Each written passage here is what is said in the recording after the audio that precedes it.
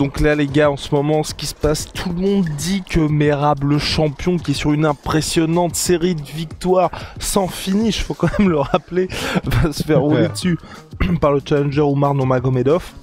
La cote était à 3,45 hier chez Winamax pour Merab. Manque de respect outrancier peut-être. C'est une dinguerie. Mais c'est chaud, on va voir tout ça ensemble. Est-ce déjà perdu d'avance pour le champion? C'est parti, générique. Avec Winamax, son premier dépôt est doublé jusqu'à 100 € en pari gratuit. Dépôt 100 €, reçoit 100 € en pari gratuit, plus 10 € avec le code la sueur 10, 210 € pour parier. Attention, les jeux d'argent sont interdits aux mineurs et jouer n'est pas une alternative au travail et ne permet pas de s'enrichir, donc jouer de manière responsable. Une des questions que j'avais, une des questions que j'ai toujours, une question que je vais te poser, et qui me tracasse, qui me triquite depuis un moment, c'est Umar Nurmagomedov, et désolé pour le bruit, ceux qui nous écoutent sur Spotify, Apple Podcast et j'en passe, mais je suis à l'aéroport, donc il y a pas mal de gens qui passent, donc d'où le bruit, c'est... La question, c'est Merab, ça fait un moment que mine de rien le gars n'a pas perdu, on le voit souvent perdant, il fait toujours la même chose et ça marche contre tout le monde. Et le truc que je me dis, c'est est-ce que Umar peut stopper, mais quand je dis stopper, c'est pas stopper le mettre KO ou quoi, mais stopper les tentatives de takedown de Merab Dvalishvili et être le premier depuis très longtemps à réussir à s'exprimer dans un combat face à lui. Personnellement, j'ai envie de dire oui. Alors, et c'est pour ça que, à la limite, je comprends tout à fait les gens qui disent que ça peut être très serré et même qui le voient gagnant. Mais j'avoue que sinon, est-ce que c'est le monde qui est à l'envers ou est-ce que c'est moi qui est à l'envers? Mais vraiment, je vois pas ça aussi certain que du coup les cotes là qu'il y a chez Winamax et que ce qu'ont l'air de dire les gens sur les réseaux. Parce que pour moi, on est tellement dans une situation similaire à lorsque Merab affronte des mecs. Je sais que je suis chiant avec ça, mais Petr Yan, pour moi, ça devait être le mec contre lequel Merab montre ses limites parce que Petr Yan, il fait des 5 rounds tranquillement parce que son style est un peu économe et puis parce qu'il est il sait gérer les 5 rounds sans trop de problèmes, parce qu'il est bon absolument partout, parce qu'il a quand même une bonne défense de takedown, lui-même il en met, parce qu'il est très bon debout et qu'il ne craint personne, il peut faire mal sur quelques enchaînements, au sol il craint personne non plus, et pourtant on a vu à quel point Merab l'avait nullifié et neutralisé, et donc il a fait ça avec absolument tout le monde. Moi c'est le combat contre Cerudo surtout. Cerudo aussi. Parce que Yann et même Aldo, c'est impressionnant, mais c'est contre des gars face à ce game plan-là, c'est compliqué d'avoir une réponse haute quête sur la défensive. Mais contre Cerudo, tu te dis, alors en fait, je vais aller chercher le gars en lutte. Enfin, je vois pas dans quel monde il y a des coachs qui te disent, allez, c'est parti, on y va. Et c'est pour ça que je suis quand même étonné, alors qu'on a ce passif, que les gens soient aussi confiants en le fait que Umar arrive à s'exprimer sans trop de problèmes. Après, effectivement, il apporte quelque chose que... Alors, Henry Cerudo, il est excellent. Il est pas double champion UFC pour rien. Mais c'est vrai que debout, j'ai la sensation que Umar est un peu plus incisif et peut-être un peu plus rapide aussi. Et qu'il peut faire des choses que ne pouvait peut-être pas faire Henry Cerudo, c'est vrai. Mais effectivement, de là à dire que le harcèlement constant de Merab Dvalishvili que les gens voient que ça ne posera aucun problème à Umar, parce que c'est pas juste compétence contre compétence, c'est le mec te fait déjouer. Et aussi bon que soit Umar, quand t'as un mec qui est constamment en train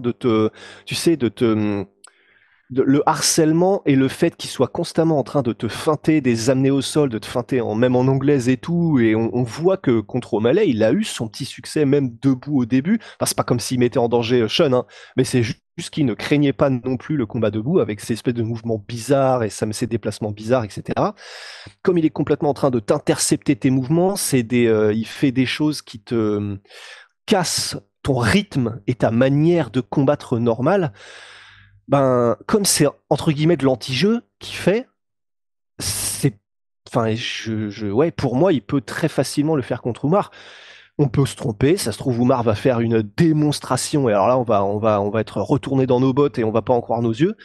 Mais c'est pas ce qu'indique le passif, les combats précédents et les chiffres, quoi. Ouais, complètement, mais je pense que c'est ça aussi qui doit être très surprenant quand t'affrontes un Merab. Encore plus quand t'es un lutteur et que t'as l'habitude, par exemple, Umar, quand il affronte Cory Sandhagen, il est quand même à son rythme dans son combat. Et la plupart des lutteurs, c'est ça, ils combattent à leur rythme, et c'est pour ça qu'on a cette impression que les mecs ont un cardio illimité. Sauf que quand tu tapes Merab pour la première fois de ta carrière, ou en combat pro, on va dire, tu te retrouves face à un gars qui te met dans cette situation-là, dans laquelle t'as l'habitude de mettre les autres. Et c'est vrai que, par exemple, un Henry Cerudo, le gars, je vais pas dire qu'il était méconnaissable, tu vois, mais il est apparu comme normal face à un gars comme Merab Dvalishvili. Sean O'Malley, c'était la même chose. Et puis j'en passe pour tout. Genre, José Aldo, malheureusement, il a juste pas eu l'occasion de s'exprimer. Ce qui est fou avec José Aldo, c'est que Merab a fini à 0/16 en tentative de takedown. Mais malheureusement, même José Aldo était saoulé à la fin du combat parce que tu peux rien faire. T'es là à défendre des takedowns comme un con pendant 15 minutes ou 25 minutes. Et l'autre truc où moi je pense, c'est peut-être ça où les gens se disent il y a peut-être moyen pour Umar, c'est que bah oui, il peut se faire amener au sol, mais une fois qu'il se fait amener au sol, qu'est-ce qui se passe? Encore plus avec un gars comme Umar, je pense qu'il n'y aura pas tellement danger. Et en plus, comme tu l'as dit, il est dangereux debout. Le combat dure 5 rounds et on sait qu'en vrai, il y a une petite propension à ce que Merab se fasse toucher durant les combats, tu vois. Et je pense que qui a été clippé de la même manière par Henry Cerudo et par Marlon Moraes, tu te dis sur 25 minutes, et sans être complètement apeuré par les tentatives de takedown de Merab, parce que bah, tu vas avoir du répondant, contrairement à Sean O'Malley par exemple, t'as des motifs d'espoir sur 25 minutes de dire il y a un moment donné, on va peut-être pouvoir le toucher. Oui, mais après, c'est pas non plus le gros spécialiste des KO, Umar. C'est pour ça que... Non. À la limite, c'est pour ça que contre Sean O'Malley, il y avait une inconnue. Ah, il peut le mettre KO, bien sûr, mais il a déjà mis des KO, Umar. Pas beaucoup, mais il en a mis. Mais c'est pour ça que pour moi, contre Sean O'Malley, il y avait cette inconnue-là. Elle y est moins, à mon sens, pour Umar, quand même. À l'UFC, Umar Nurmagomedov, il y a un KO, c'était contre Ronnie Barcelos, et une soumission au début contre Sergei Morozov. Sinon, ce ne sont que des décisions, 4 décisions. Et oui, il ne craint pas d'être amené au sol, dans le sens, il ne craint pas d'être soumis Umar Nurmagomedov, et il ne craint pas probablement non plus debout d'être mis KO par Merab. Mais en fait, pour moi, c'est toujours pareil, c'est que en soi, il s'en fout, Merab. Et au sol, ce sera pas la crainte d'être soumis ou d'être mis KO qui fait déjouer les adversaires. C'est la frustration de n'arriver à rien, et c'est là qu'il joue. Franchement, le 0/16 de José Aldo, c'est terrible, mais ça résume Merab Dvalishvili. Et comme on le dit déjà depuis plein de combats, tu vois, mais il n'arrive à rien, il sait qu'il arrive à rien, mais toi non plus. Et donc au final, comme c'est lui qui a l'initiative, bah voilà, personne n'arrive à rien, personne n'est content, mais tu perds. Et donc c'est pour ça que ça peut marcher contre tout le monde, et donc contre Umar qui n'a pas cette capacité non plus de sniper. Il est très bon, il peut avoir l'avantage debout, mais il n'a pas cette capacité de sniper sur un coup, je trouve. Il peut nous surprendre, et comme par hasard, il va mettre un KO sur ce combat-là, tu vois, mais bon, les chiffres là jusqu'à maintenant n'indiquent pas ça, tu vois. Oui, non, complètement. Complètement, les chiffres n'indiquent pas ça. Les chiffres n'indiquent pas ça, je suis bien d'accord. Je suis bien d'accord. Oui, non, c'est pour ça, mais c'est ce qui est très, très difficile, et je pense que tu vois, typiquement, un Merab Dvalishvili à la manière un peu d'un Colby Covington, malheureusement, je pense, et on va voir ce qui va se passer ce week-end, mais c'est le gars, il y a un moment donné où il pourra plus avoir cette, pas débauche d'énergie, mais tu vois, être aussi constant que ce soit sur 15 ou 25 minutes, et paraîtra comme un combattant ordinaire à la manière de ce qui se passe aujourd'hui avec Colby Covington, où on se dit putain, le mec il a pris 2 ans de pause et c'est le jour et la nuit par rapport à ce qu'il proposait avant. Et malheureusement, tu peux même pas te dire le gars est excellent là-dedans, excellent là-dedans, excellent là-dedans. Non, c'est le fait qu'il te harcèle non-stop qui fait que le gars soit aussi fort, et je pense que c'est ce qui peut-être nous biaise ou me biaise moi, parce que toi je ne sais pas, mais ce qui fait qu'à chaque fois, que ce soit contre Sean O'Malley, je mettais Sean O'Malley favori, et que là je mets encore Umar Nurmagomedov parce que intrinsèquement, Umar est le meilleur combattant. Parce que les compétences sont meilleures. C'est ça, exactement. C'est ça, mais c'est là où on est faussé. Et c'est là où ça nous biaise la gueule. Mais c'est que, bah oui, c'est faussé parce que... Bah déjà, je pense qu'il y a un peu une envie aussi de voir quelqu'un d'autre que Merab Dvalishvili, juste parce que c'est pas très divertissant. Et ça n'a rien à voir avec le personnage, hein. Il est...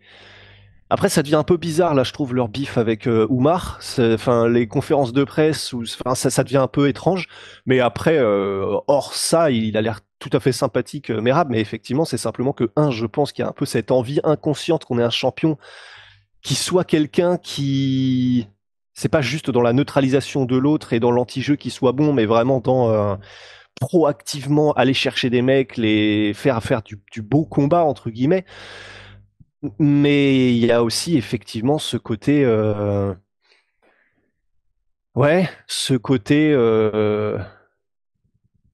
Je me suis perdu tout seul en regardant une antenne en plus. Attends, on parlait de quoi déjà? Non, mais non, je suis désolé. Je suis désolé, mais en fait, elle commençait à vriller et dans ma tête, je me suis dit. Et t'as vrillé aussi. Enfin, ça n'a aucun sens. Pardon. Oh là là. Ouais. Ouais. Les digressions du père Rusty, non, on disait que les gens voulaient un autre champion parce que voilà, c'est ça. Bah, aussi ce côté en vrai décision à chaque fois. Si le mec finissait, c'est la manière de Belal Mohamed, c'est que le gars, je pense, à part les gens qui vont être derrière lui pour des questions, parce que vous êtes team Géorgie ou quoi, raison culturelle, c'est vrai que c'est compliqué d'être derrière un gars comme Merab. Moi, j'apprécie à la manière de ce que faisait Colby Covington, tu vois, je trouve que c'est des belles performances et qu'il faut le faire, mais si c'était pas mon travail, tu vois, je pense pas que je regarderais les combats de Merab, tu vois. Et à chaque fois, je me dis, bon, la question c'est plus, est-ce qu'il va y avoir un gars qui va être capable de l'arrêter, que j'ai envie de voir ce que Merab va réussir à faire. C'est exactement ça, c'est l'inconnu un peu comme contre Ben Askren à l'époque, c'est pas le style Ben Askren qui est le plus intéressant pour les gens, c'est qui peut arrêter son style surtout. Donc, mais le problème c'est que ça atteint très vite des limites en termes de comment tu monétises ça pour l'UFC, quoi. Mais donc c'est pour ça que je suis et nous sommes, j'ai l'impression effectivement très étonnés que l'opinion publique en tout cas semble aller vers un bobsleigh de la part de Umar.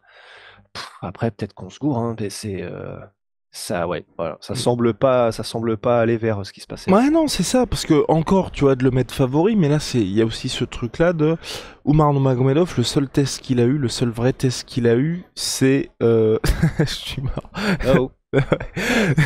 Cory Sandhagen, c'est Cory Sandhagen qui est, en termes de style de combat, d'opposition, c'était fait pour lui, entre guillemets. C'est le classique striker contre lutteur. Il n'a fait que de la lutte durant le combat qui n'était pas le plus passionnant de sa carrière. Il a été à la décision tranquille et vraiment c'était juste la victoire, ensuite title shot.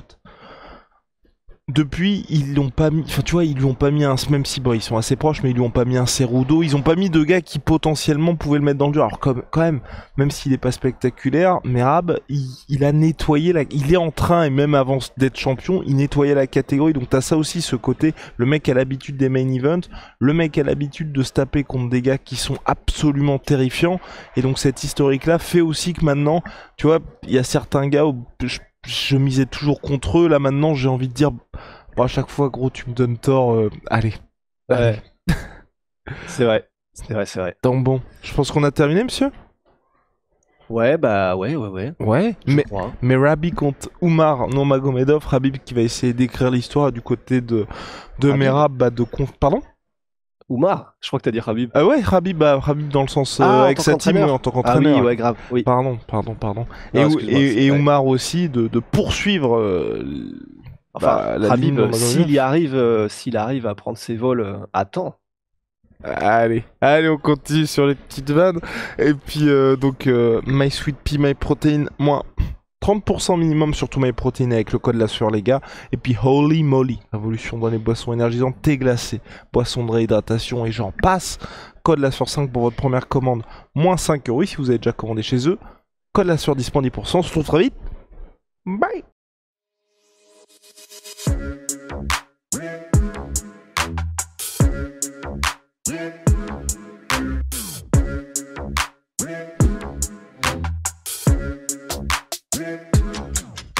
I'm fucking coming for you!